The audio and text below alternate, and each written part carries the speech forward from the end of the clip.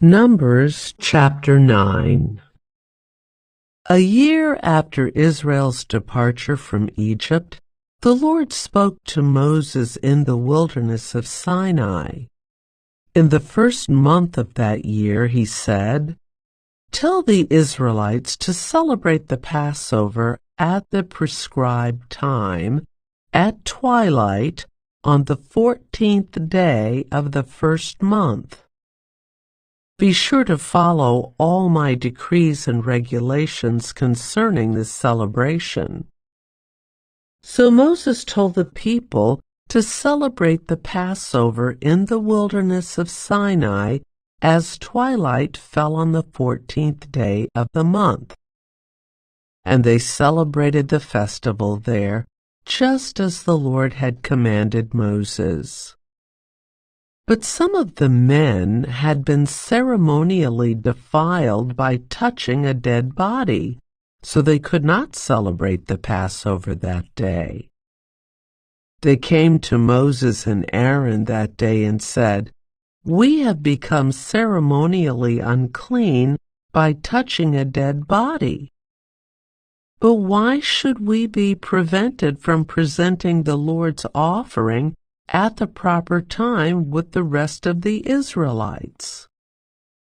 Moses answered, "Wait here until I have received instructions for you from the Lord." This was the Lord's reply to Moses. "Give the following instructions to the people of Israel.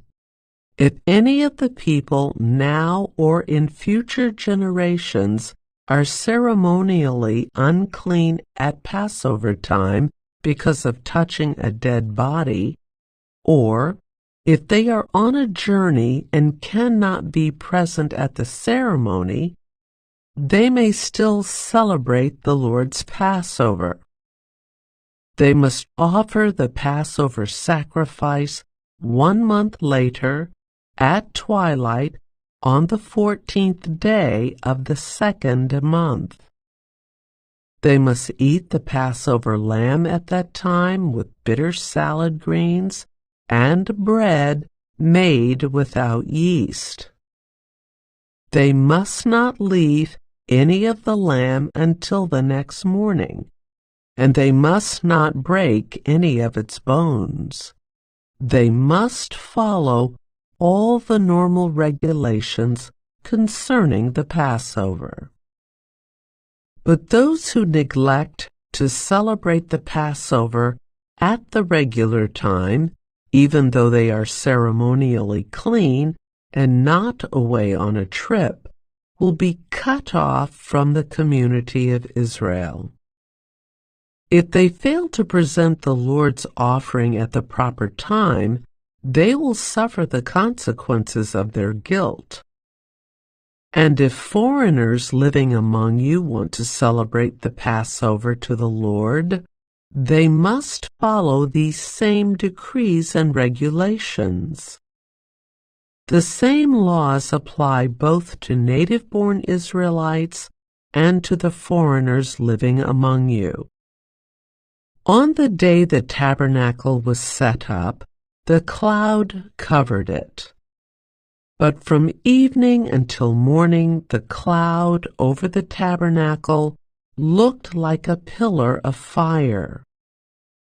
This was the regular pattern. At night, the cloud that covered the tabernacle had the appearance of fire. Whenever the cloud lifted from over the sacred tent, the people of Israel would break camp and follow it.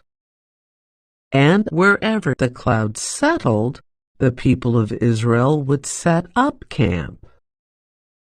In this way, they traveled and camped at the Lord's command wherever He told them to go. Then they remained in their camp as long as the cloud stayed over the tabernacle. If the cloud remained over the tabernacle for a long time, the Israelites stayed and performed their duty to the Lord. Sometimes the cloud would stay over the tabernacle for only a few days, so the people would stay for only a few days as the Lord commanded. Then, at the Lord's command, they would break camp and move on. Sometimes the cloud stayed only overnight and lifted the next morning. But day or night, when the cloud lifted, the people broke camp and moved on. Whether the cloud stayed above the tabernacle for 2 days, a month, or a year, the people of Israel stayed in camp and did not move on. But as soon as it lifted, they broke camp and moved on. So they camped or traveled at the Lord's command, and they did whatever the Lord told them through Moses.